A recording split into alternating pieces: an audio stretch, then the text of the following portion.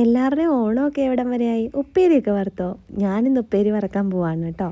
ഉപ്പേരി വറക്കാൻ തുടങ്ങുന്നതിന് മുമ്പ് ആദ്യം തന്നെ നമുക്കൊരു പാത്രത്തിൽ കുറച്ച് വെള്ളവും ഉപ്പും ഇട്ടിട്ട് ഒന്ന് മഞ്ഞപ്പൊടിയും കൂടിയിട്ട് ഒന്ന് മിക്സ് ചെയ്തെടുത്ത് വെക്കാവേ. എന്തിനാണെന്നറിയോ, നമ്മൾ കാ പൊളിച്ചിട്ട് നമുക്ക് അതിലേക്ക് ഇട്ട് വെക്കണം, കായുടെ കറയൊക്കെ ഒന്ന് പോകാൻ വേണ്ടിയിട്ട്. ഇനി നമുക്ക് കാ പൊളിക്കാൻ തുടങ്ങാം.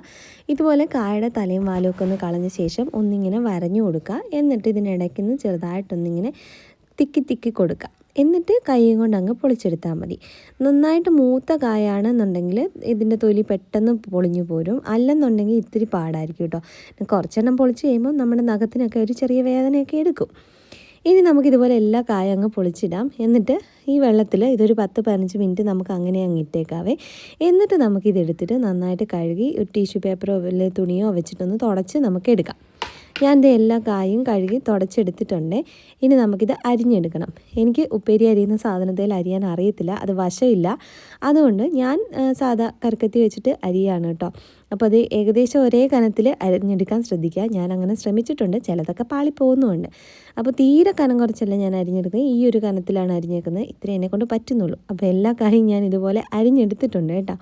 ഇനി നമുക്കിത് വറക്കാൻ തുടങ്ങാം. അതിനു മുമ്പായിട്ട് നമുക്ക് ഉപ്പേരിക്ക് തളിക്കാനുള്ള ഉപ്പും കൂടെ കലക്കി വെക്കാവേ. കുറച്ച് വെള്ളത്തിലോട്ട് കുറച്ചധികം ഉപ്പിട്ടിട്ട് നമുക്കങ്ങ് കലക്കിയെടുത്ത് അതും മാറ്റി വെക്കാം. ഇനി ചീനച്ചട്ടി വെച്ചിട്ട് അതിലേക്ക് ഓയിൽ ഒഴിച്ച് കൊടുക്കാം. ഞാൻ പാം ഓയിലാണ് എടുത്തത്. വെളിച്ചെണ്ണയ്ക്ക് തീ പിടിച്ച വിലയല്ലേ.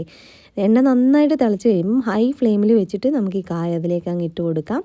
എന്നിട്ട് ഒരു 1-1.5 മിനിറ്റ് കഴിയുമ്പോഴത്തേക്കും നമുക്കിതങ്ങ് ഒരു മീഡിയം ടു ലോ ഫ്ലെയിമിലാക്കാവേ.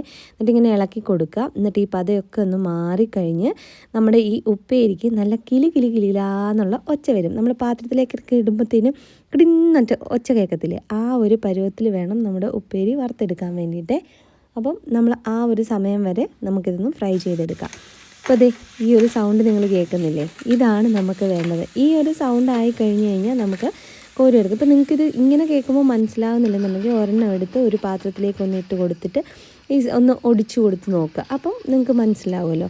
അങ്ങനെ ആയിക്കഴിഞ്ഞാൽ പിന്നെ നമുക്കിതങ്ങ് കോരിയെടുക്കാം. ഞാനിപ്പോൾ ഇത് കോരി എടുത്തിട്ടുണ്ട്.